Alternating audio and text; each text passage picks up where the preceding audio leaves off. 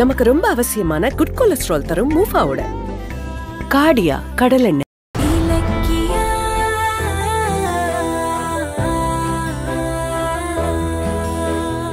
அத்தை, நாம சவால்ல ஜெயிச்சிட்டோம். இடத்தை நானும் கௌதமும் வாங்கிட்டோம். நிஜமாவ சொல்ற? ஆமா அத்தை, நினைச்ச மாதிரியே கௌதம் இடத்தை என் பேர்ல ரெஜிஸ்டர் பண்ணிட்டாரு. என் வேண்டுதல் நிறைவேறிடுச்சு இலக்கியா. என் பிள்ளையும் மருமகளும் ஜெயிச்சிட்டாங்க. அந்த பாவி உங்களை தோக்கடிச்சிருவானோன்னு நான் பயந்துட்டே இருந்தேன். இப்பதான் எனக்கு உயிரே வந்துச்சு. அத்தை, இந்தாங்க ஸ்வீட் சாப்பிடுங்க.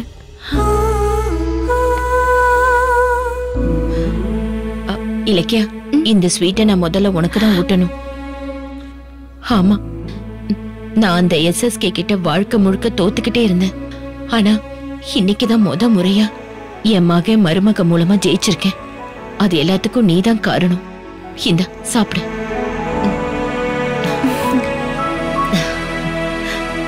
கொஞ்சமா.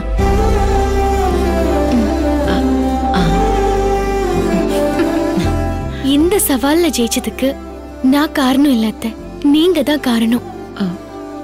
என்ன சொல்ற? நான் காரணமா? எப்படி? முதல்ல நீங்க என்ன மன்னிச்சிட்டேன்னு சொல்லுங்க, அப்புறம் நான் என்ன காரணம்னு சொல்றேன். மன்னிக்கிறதா? இலக்கியா, நீ என்ன சொல்றன்னு எனக்கு எதுவுமே புரியல. அந்த SSKவை ஜெயிக்கிறதுக்கு நீங்க சொன்ன ஒரு விஷயத்தை தான் நான் ஆயுதமா பயன்படுத்தினேன். இலக்கியா, நீ என்ன சொல்ல வர? கொஞ்சம் தெளிவா சொல்லு. ஆமா அத்தை, ஆக்சுவலா அங்க என்ன நடந்துச்சுன்னா,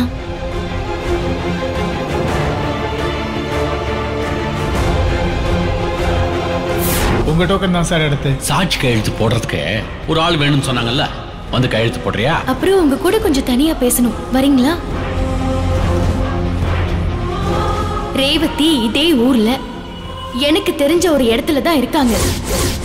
உங்களுக்கும் ரேவதி அம்மாக்கும் பொருந்துச்சுல ஒரு குழந்தை. இப்ப அந்த பையன் எங்க இருக்காருன்றதும் எனக்கு தெரியும்.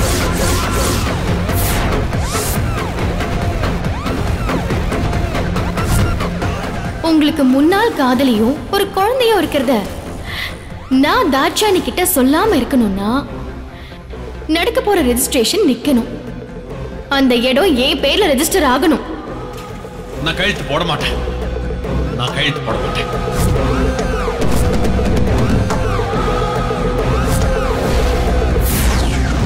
என்ன இலக்கியா, நீ எல்லா உண்மையை சொல்லிட்டியா? ஆமா அத்தை, ஒரு கட்டத்துல SSK மாணிக்கம் சார மிரட்டி இடத்த ரெஜிஸ்ட்ரேஷன் பண்றது கன்ஃபார்ம் ஆயிடுச்சு. நாங்க தோத்தா ஆதரவற்ற பெண்கள் இல்லத்தையும் ஆரம்பிக்க முடியாது. பைரவி மேடமும் மறுபடியும் அதிகாரத்தோட ஆட ஆரம்பிச்சிடுவாங்க. இனி வேற வழியே இல்ல, போட்ட சவால்ல ஜெயிச்சே ஆகணும்னு உங்களையும் உங்க மகன் இருக்கிற இடம் தெரியும்னு சொல்லி மிரட்டி அந்த SSKவை நான் தோக்கடிச்சேன்.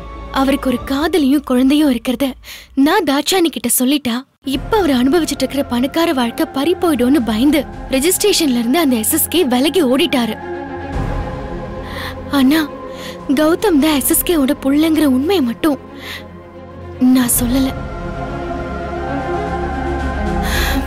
இருந்தாலும் உங்களையும் உங்க புள்ளைய பத்தியும் யார்கிட்டயும் சொல்ல மாட்டேன்னு உங்களுக்கு கொடுத்த வாக்க வேற வழி இல்லாம மீறிட்டேன் அத்தை. ரொம்ப சாரி அத்தை. இதுல ஒன்னும் தப்பு இல்லை இலக்கியா. வெளியே தெரிஞ்சா SSKவால கௌதம்க்கு ஆபத்து வரும்னு பயந்துதான் நான் சொல்லாம இருந்தேன். அதனாலதான் நான் வேண்டான்னு சொன்னேன். இப்பவும் அவன் பையன் இருக்கிற இடம் தெரியும் தானே சொன்னேன். ஆனா கௌதம்னு சொல்லல. அது போதும் இலக்கியா எனக்கு. நீங்க ஜெயிக்கணும், அந்த SSK தோக்கணும். அது நடந்துருச்சு, அதுவே எனக்கு போதும். அப்புறம் நீங்க இனிமே இங்க இருக்க வேண்டாத்த. ஏன்? நீங்க இருக்கிற இடம் எனக்கு தெரியும்னு சொல்லிட்டேன். இனி SSK ஏன் மூலமா உங்களை பிடிக்க ட்ரை பண்ணுவாரு. நீங்க அவர் கையில சிக்கிடவே கூடாது. அதனாலதான் உங்களை வேற இடத்துக்கு மாத்த போறேன். வேற இடம்னா வேற ஹாஸ்பிட்டலுக்கா? இல்ல அத்தை, நம்ம வீட்டுக்கு. நம்ம வீடா? இலக்கியா, நீ என்ன சொல்றேன்னு எனக்கு ஒண்ணுமே புரியல. உங்க புள்ள கௌதமோட வீட்டை தான் நான் சொல்றேன். இலக்கியா, நீ சொல்றது நிஜமா? ஆமா அத்தை. இனிமே நீங்க உங்க புள்ள பக்கத்திலேயே இருக்கலாம். தினமும் கௌதம கண் எதிரிலே பாத்துட்டு இருக்க போறீங்க. இலக்கியா,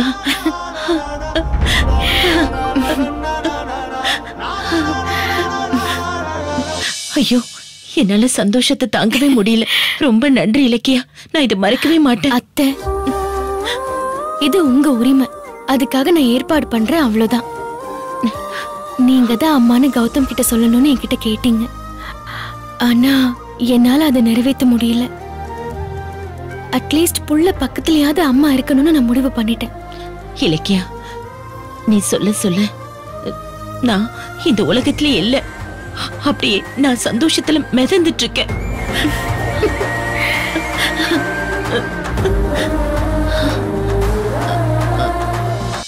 இலக்கியா, எனக்கு ஒரு சந்தேகம். என்னத்த? இல்ல, இதுக்கு ஜானகி ஒத்துக்குவாளா? அவ நிச்சயமா என்ன அந்த வீட்டுக்குள்ள விடவே மாட்டா. அப்படியே அடிச்சு துரத்தி விட்டுருவா. நான் பொட்டி படுக்கையோட திரும்பிதான் வரப்போறேன்.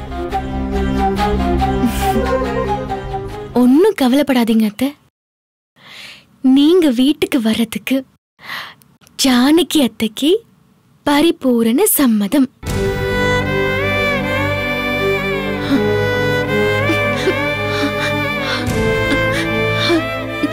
இலக்கியா, உண்மையாவ சொல்ற?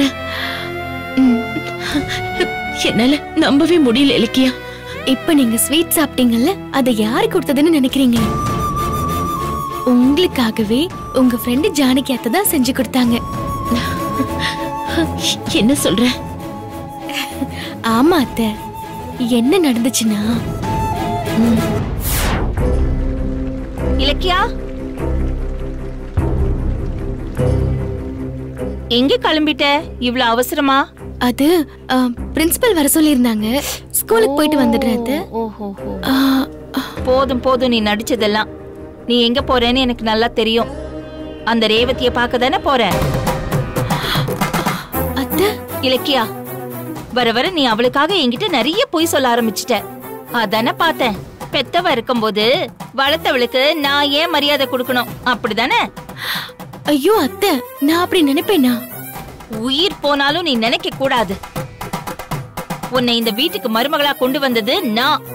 காலம் பூரா நான் தான் உனக்கு மாமியார், அதை மறந்துடாத. அத்தை, ஏத்த இப்படி எல்லாம் பேசிட்டு இருக்கீங்க? எனக்கு 2 பேரும் 2 கண்ணு. போதும் போதும், நம்பிட்டேன். இந்தா, இந்த ஸ்வீட்டை எடுத்துட்டு போய் அந்த ரேவதி கிட்ட கொடு. இந்த ஸ்வீட் அவளுக்கு ரொம்ப பிடிக்கும்.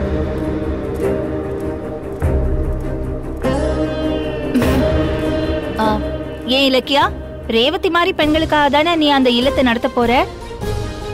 கூடிய சீக்கிரமா அந்த இல்லத்தை ஆரம்பிச்சுட்டு அவளை நல்லபடியா அங்க சேர்த்து பாத்துக்கோ, என்ன? என்னத்த, இப்போதான் நீங்க அவங்களை திட்டினீங்க, உடனே அவங்களுக்கு ஸ்வீட் கொடுக்கறீங்க? திட்டினது என் பாசத்தை பங்கு போட வந்தாளே அவளை. ஆனா ஸ்வீட் செஞ்சு கொடுத்தது என் உயிருக்கு உயிரான தோழிக்கு. அவளோட நிலைமையில நான் இருந்தேன்னா 10 வருஷம் ஆனாலும் என் கைய பிடிச்சிக்கிட்டு என்னோடயே இருப்பா. அப்படிப்பட்ட ஒரு பாசக்காரி அவ. ஒரு விதத்துல நான் தான் ரொம்ப சுயநலக்காரி. அவ என்னோடயே இருப்பா, ஆனா நான் ஒரு வாட்டி கூட அவளை போய் பார்க்கல. பாத்தியா? அவளுக்கு போய் இந்த ஸ்வீட்டை கொடுத்துரு. அத்தை, உங்களை என்னால புரிஞ்சுக்கவே முடியல அத்தை. ஆமா, நீ ஒரு தாயா மாறி 30 வருஷம் ஒரு குழந்தையை வளர்த்து பாரு, அப்போ எல்லாமே புரியும்.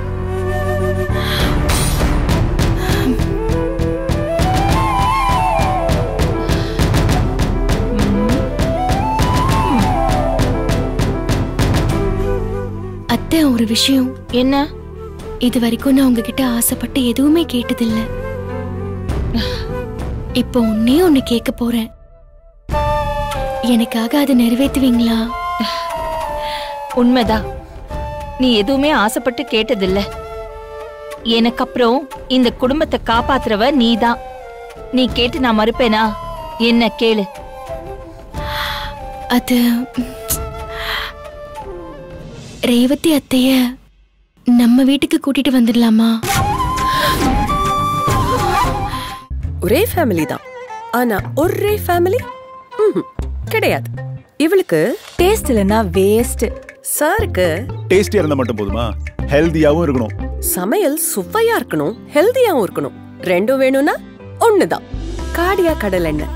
வாசமா, சுவையா, ஹெல்தியா. காடியா கடலெண்ணெய் நமக்கு ரொம்ப அவசியமான குட் கொலஸ்ட்ரால் தரும் மூஃபாவோட.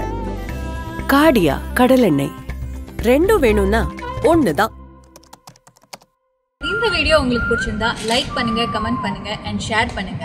மறக்காம சரிகமா டிவி ஷோஸ் தமிழை சப்ஸ்கிரைப் பண்ணுங்க.